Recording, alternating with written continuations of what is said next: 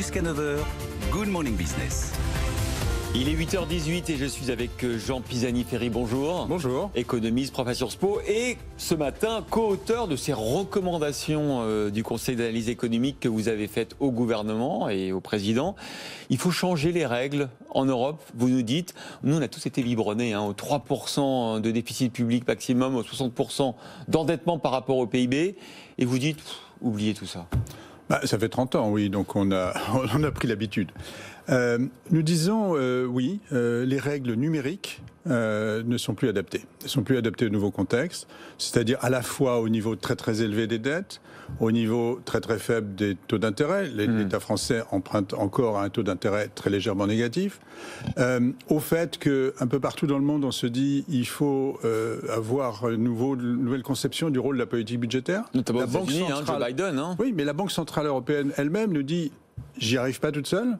Il faut que les politiques budgétaires viennent m'aider. Donc on a tout cet ensemble et on se dit, dans ce contexte, il faut reprendre les choses un peu à la base. On a suspendu l'application du pacte de stabilité. Oui. On a bien fait. La question c'est, on va revenir dans les clous. Dans quels clous? Mais vous dites il faut des clous différents. Jean Pisani-Ferry, vous dites ça parce que vous parlez d'un pays où on ne respecte pas les règles, alors qu'il y a des pays en Europe qui sont capables très vite de revenir dans les clous. Non. Pour préparer ces recommandations, nous avons échangé avec des économistes européens, avec les institutions européennes. Donc on ne parle pas, c'est pas un débat franco-français. C'est vrai qu'en France, on considère que quand on est en dessous de 3%, on est dangereusement vertueux, que quand on est un peu au-delà de 3%, on commence à être dans une vie normale. Il y a des pays qui pensent complètement autrement. Mais le fait que les règles sont à bout de souffle, c'est reconnu très largement. Mais on peut penser autrement. Il y a un tabou politique en Allemagne, mais c'est un tabou politique. Quand on parle aux experts en Allemagne, ils reconnaissent aussi que le système de règles tel qu'il est à bout de souffle. On ne dit pas qu'on n'a pas besoin de règles. On a besoin de règles dans une union monétaire. On va voir quelles règles. Mais on peut penser autrement, vous venez de le dire, que ce soit en Pays-Bas, en Allemagne, en Pologne ou en France, alors même qu'on est dans la même union monétaire. Ça, c'est très très important. Effectivement, le fait qu'on est dans une union monétaire, ça nous crée une interdépendance très particulière. On l'a vu en 2011-2012 dans la crise des dettes souveraines. On a vu que quand un pays était en crise, ça avait des effets absolument considérables, que s'il menaçait de sortir de l'union, ça crée un risque pour l'ensemble. Donc il ne faut pas prendre ça à la légère. Ce sont des sujets tout à fait importants.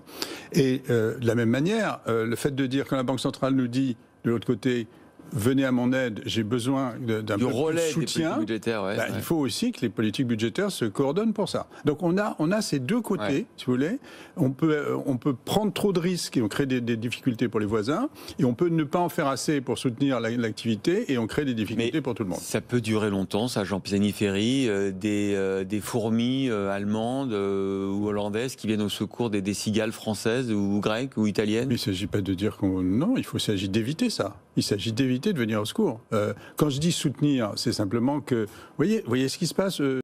Ça fait maintenant des années, les taux d'intérêt sont faibles, les taux d'intérêt monétaires sont à zéro. À l'euro. Le taux d'intérêt de la Banque centrale est à zéro ou en dessous de zéro. Elle n'atteint pas son objectif d'inflation et elle nous dit de manière répétée, on a besoin du soutien de la politique budgétaire. Il y a une nouvelle philosophie. La nouvelle philosophie. Vous voulez faire comme Joe Biden. Vous voulez faire comme Joe Biden en Europe? Non, pas exactement comme Joe Biden, mais je pense qu'il y a des leçons à en tirer. Joe Biden, je pense, en fait trop. Moi, je pense que son plan de relance immédiat, pas le plan d'investissement qui répond à un problème d'infrastructure, mais c'est les chèques à $1 400 par foyer. Je pense que c'est trop par rapport à la situation de l'économie américaine. Mais je pense qu'on a des leçons quand même à tirer, si vous voulez, de cette approche américaine qui nous dit on sort de cette situation, on sort de cette crise, on n'a pas de raison d'accepter qu'on ne va pas retrouver notre niveau d'avant-crise. En France, le programme de stabilité va sortir, je crois, aujourd'hui. Si j'ai bien compris, on prend un peu notre parti du fait qu'il y a du terrain perdu et qu'on ne le rattrapera pas. Mais vous avez vu, c'est incroyable. Mais je pense qu'il ne faut pas. Je pense qu'il ne faut pas. Je pense qu'il faut se dire, on va rattraper le terrain. Mais vous avez raison de dire ça. Il y a ces perspectives budgétaires dont on a parlé en début de semaine et qui sont au Conseil des ministres ce matin. Il y a aussi les prévisions des grands organismes internationaux comme le FMI, où on voit effectivement que l'Europe, si on ne fait rien, va décrocher. Et que contrairement aux Américains qui vont progresser considérablement grâce à la crise et aux Chinois, nous, on va régresser. Si vous voulez, si on commence par se dire, il y a 2 points de PIB qu'on a perdus et qu'on rattrapera jamais. Mais pourquoi ? Le FMI nous dit ce n'est pas une crise financière, c'est une crise, c'est un choc temporaire, on a la capacité de rattraper, donc il faut le vouloir, il faut aller chercher ces points de croissance. Et ça, il y a un effet de cercle vicieux. Si tout le monde commence à se dire qu'on ne les rattrapera pas, on ne les rattrapera pas, effectivement. Je pense qu'il ne faut pas en faire trop au sens de Biden, c'est-à-dire de multiplier, il y a 13 points de PIB de relance budgétaire, c'est trop. Mais il faut se dire, on se fixe cet objectif, on veut le rattraper le plus vite possible dès que la situation sanitaire est rétablie, et on a une politique qui est réactive, on a un objectif de résultat. Si je suis votre raisonnement, Jean Pisani-Ferry, si on va un peu plus loin, ce que vous dites, c'est qu'on ne rattrapera pas, si on ne rattrape pas ce retard, ça sera à cause de l'Europe qui n'aura pas fait assez. Déjà, les 750 milliards, vous dites que c'est pas assez, et ensuite, ils n'ont pas été du tout adoptés par tous les parlements des pays membres, et donc ils ne sont même pas décaissés aujourd'hui. On ne fait rien. On a un recours devant la Cour constitutionnelle allemande qui a bloqué la ratification, enfin la promulgation de la loi par le président. On espère que ça va être temporaire, mais pour l'instant, effectivement, il ne se passe pas grand-chose. Les Polonais aussi qui commencent à dire pourquoi on dépenserait autant d'argent. Oui. Et c'est une situation tout à fait sérieuse. Alors, la réponse immédiate, ça repose sur les États. Les États font ce qu'ils ont à faire, le pacte de stabilité est suspendu, la BCE les soutient. Donc la réponse immédiate, elle fonctionne aujourd'hui. La question, c'est le relais par une politique de croissance, de résilience, etc. Et ça, ce relais, pour l'instant, il n'est pas là. Mais vous savez, on ne sait plus trop où donner de la tête, parce que vous avez vu aussi la Cour des comptes qui dit, mais en fait, on nous ment, c'est-à-dire qu'en fait, on dit qu'on a dépensé plus et on a fait des dettes pour le Covid. C'est pas vrai, la France continue à dépenser plus, nonobstant la situation pandémique. On en a profité pour mettre la poussière sous le tapis une nouvelle fois. Non, mais la Cour des comptes, elle fait son travail, elle va chercher dans les détails, etc. Mais si on regarde la situation d'ensemble, la réponse budgétaire en 2020 a été adaptée. La réponse budgétaire en 2021, elle est toujours adaptée.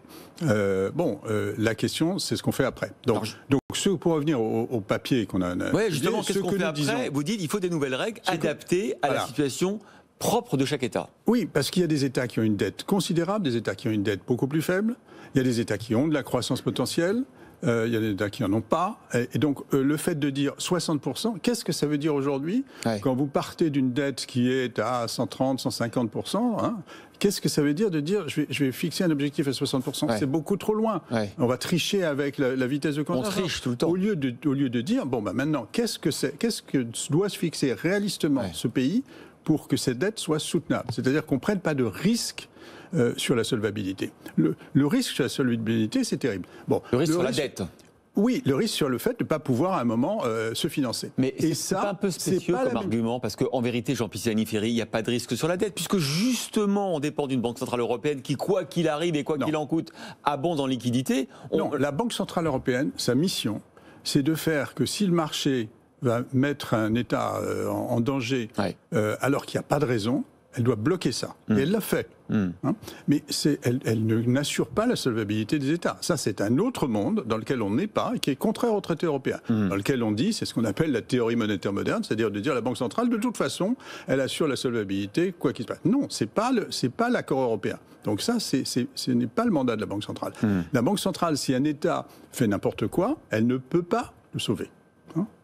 Elle ne doit pas le sauver dans le système européen. Donc ça, il faut des disciplines pour ça. Et il faut des disciplines simplement qui soient un peu différenciées. Et flexibles et souples. Si elles doivent être différenciées parce que les situations sont différentes, il faut aussi que l'application soit décentralisée. C'est-à-dire que ce soit des institutions budgétaires nationales. Il faut qu'on reprenne la notion de responsabilité au niveau national et qu'on le fasse dans un cadre qui est un cadre harmonisé, qui est un cadre surveillé, etc. Mais en gros, ce qu'on propose, c'est que le gouvernement français dit, moi, mon objectif de dette à 5 ans, c'est ça.